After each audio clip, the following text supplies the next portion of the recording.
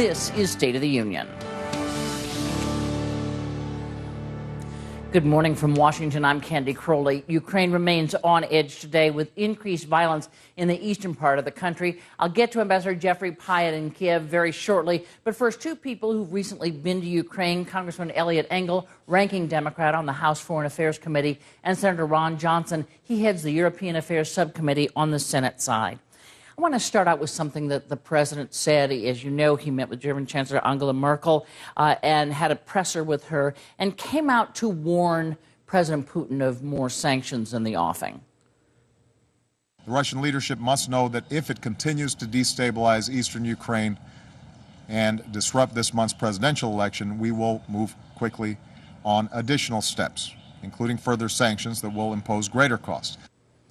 It seems to me, and let me start with you, Congressman, that everything that the U.S. has done, the West has done to this point, begins with, if this continues, we're really going to do something harsher.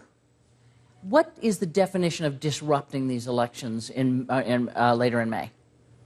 Well, the elections are scheduled for May 25th, and I think it's very, very important that the elections go smoothly. Putin is trying everything he can do to disrupt the elections, and I think what President Obama is trying to do is work in conjunction with our European allies. They are much more reluctant to do anything against Russia because they rely on Russia for their energy needs. We are.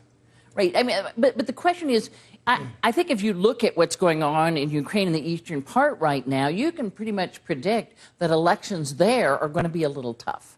No, it really is spinning out of control. And, the sad fact is sanctions haven't worked. All the devaluation of currency, the devaluation of the stock market occurred before the sanctions were ever put in place. But basically that all happened right after the Russian parliament authorized the use of force. And that's when all that devaluation occurred. So all the sanctions, the threats of sanctions really have had very little effect, and that's unfortunate. Vladimir Putin is only going to respond to action, strength, and resolve. He's not going to respond to words, and that's certainly what we hear when we go over to Ukraine. But action is limited. When Americans hear action, they think, oh, we're going to send troops or do something, which clearly is off the table and is not going to happen. Would you agree that the sanctions thus far have failed to move Putin? I would say that the sanctions so far have been graduated, have been gradual, and I think they'll continue to be gradual. Have they affected Putin's behavior? Well, I think they've affected his behavior. I mean, he has all these troops poised at the Ukrainian border. He hasn't crossed the border yet. I have to think that part of his calculation is that if he does that, all bets are off and sanctions would kick in. Look, I'm for sanctions. I think it's sanctions that brought Iran to its knees because it hurt their economy, and they're negotiating with us now. And I think Putin has to understand that if he continues this nonsense, sanctions will bring his economy to its knees. His economy right now is floundering. He really cannot afford to be so wise about this. But probably, I think, to the point that some Republicans are making that want stiffer sanctions now, and in fact some weaponry to go to the Ukrainian government, is that perhaps the Russian economy has been hurt, and there are signs that has happened, but it hasn't affected Putin. So sanctions that hurt Russia aren't much good if they don't move Putin. Well, I think, again, none of us know really what's in Putin's calculation. I agree. We do need sanctions. I think we do need to consider giving military aid to Ukraine. We need to let Putin understand that any disruption, and I think Merkel and Obama said that, any disruption of the May 25th elections would bring a response from us. What's your definition of disruption in this case? I want to ask both of you, Senator. We're seeing it right now.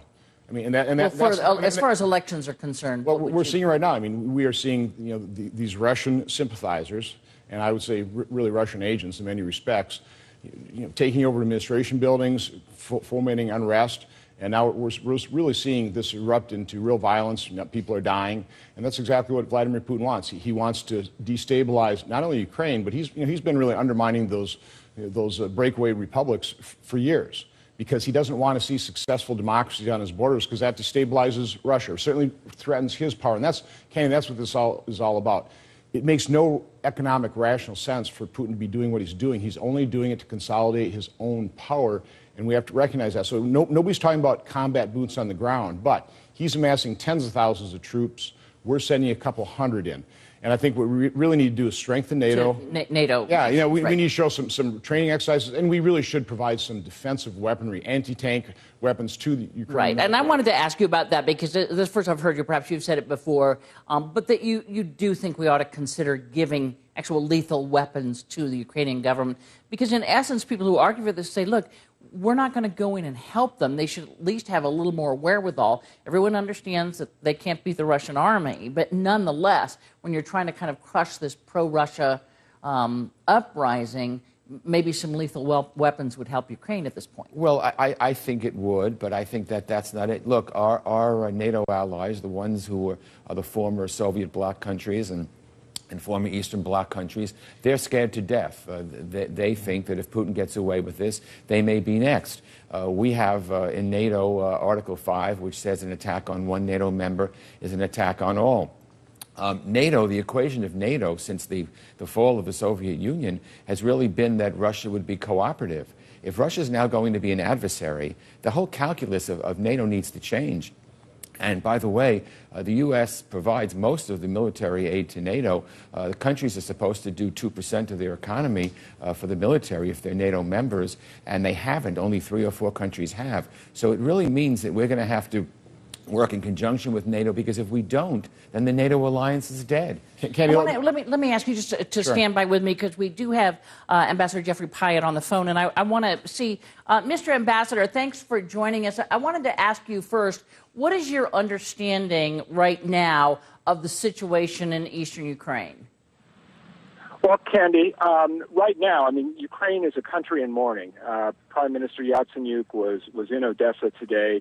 He made the point that the violence there on Friday was a tragedy not just for the city of Odessa, but for the whole country. And I would say, having spent some time in Odessa just 3 weeks ago and spoken with a broad range of political and civil society leaders, there's nothing that I heard and saw while I was in that city which would explain what transpired on Friday night. And I think it suggests that somebody wanted this violence to explode the way it did. And I think at this point, the whole country is trying to figure out what happened, how to pull together, and how to make sure that those who are trying to divide the country will not be successful. Well, Mr. Ambassador, it's probably no time to beat around the bush. Do you believe that Russia and President Putin are behind what turned out to be, I believe, the bloodiest day thus far in this back and forth? Well, we certainly believe that Russia is exercising influence across eastern Ukraine. We don't have evidence of the Russian role in what the tragedy that transpired on Friday. Prime Minister Yatsenyuk used some very strong words today, talking about the role that he believes that Russia plays. And this is something that we hope a impartial and systematic investigation will be able to get to the bottom of very quickly. And when you're talking about the tragedy that happened Friday, you mean when pro-Russian demonstrators were pushed back into the government building they were occupying, apparently by pro-Ukrainian protesters, and then the building was set on fire and more than 40 people died. That's what you're talking about, correct? That partially, yes, but also the fact that you had pro-unity demonstrators who were targeted by pro-Russia activists, some of whom appeared to have weapons, guns, and most disturbingly, there seems to be evidence in social media that some of the police in Odessa may have been complicit in allowing this violence to spiral out of control the way it did. That's something which Prime Minister Yatsenyuk spoke to today, and I see that he's already brought some major changes in the security leadership there in Odessa, which I think reflects the deep concern about the role that the security establishment played in Friday's violence. Mr. Ambassador, the ongoing fear here is that President Putin, with these clashes and with the movement of Ukrainian forces trying to quell some of this violence, he now has the excuse he needs to move in. Is that the consensus there? Well, not at all. I mean, we hope that Russia will play a constructive role. It's important to remember the more hopeful event that happened over this long May Day weekend was the release of the detained OSCE diplomatic military observers in Slavyansk. Russia played a decisive role in accomplishing that. It demonstrates that Russia has influence and can play a constructive role when it wishes to do so. And we hope that that's very much the approach that they will take in the days ahead. But this is an extremely delicate situation, and certainly the extraordinary violence in Odessa on Friday has made the situation more fraught. Right. And finally, Mr. Ambassador, this looks like a civil war. It certainly sounds like a civil war. Is there any reason to believe that that's not what we're watching unfold? No, I don't see that yet, Candy. What I see is a society which is facing extraordinary threats of division, but where the dominant opinion in every public opinion survey from every Ukrainian I talk to is, how can we get our country to pull together again?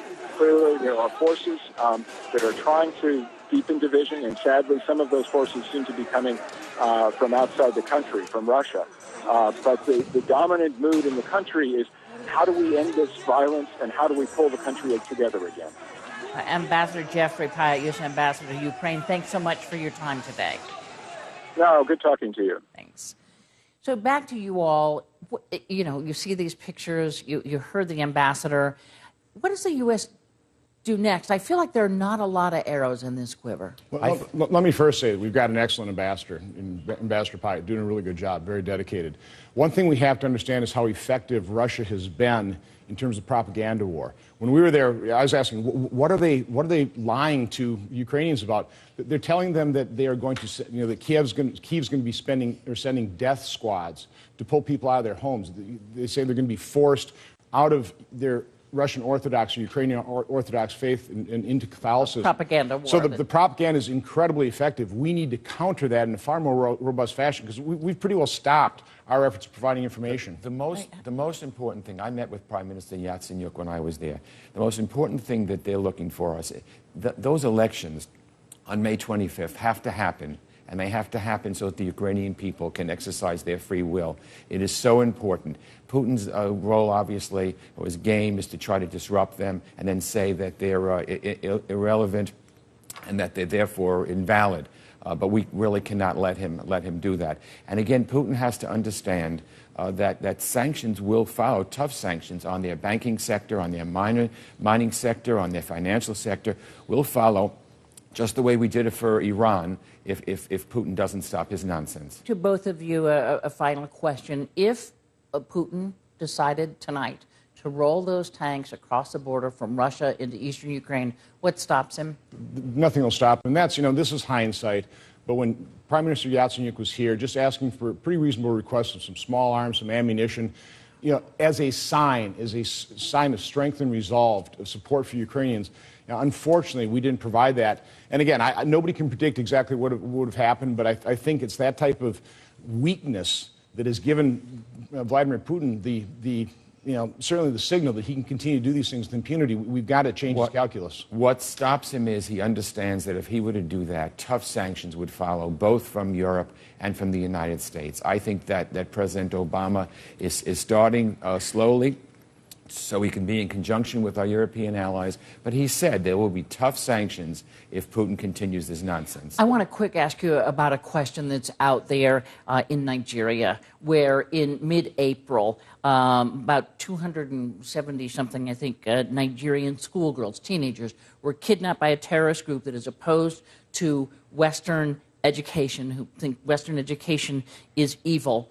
There was an interesting article today, an op-ed by Nicholas Kristof in the New York Times, in which in part he said, while there has been a major international search for the missing people on Malaysian flight MH370, there has been no meaningful search for the even greater number of missing schoolgirls.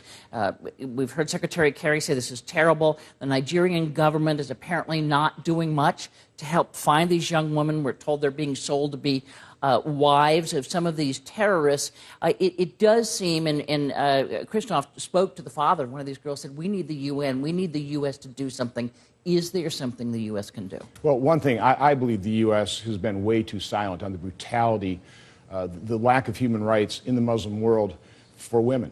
And I think that's one of the roles I think the Senate Foreign Relations Committee can play there, is hold hearings, highlight that so that Americans, so the world sees this type of abuse. So it really is, it's about communications. It's about awareness. One thing that's true, the whole world looks to the United States, whether it's in Africa, whether it's in Ukraine, whether it's in Asia.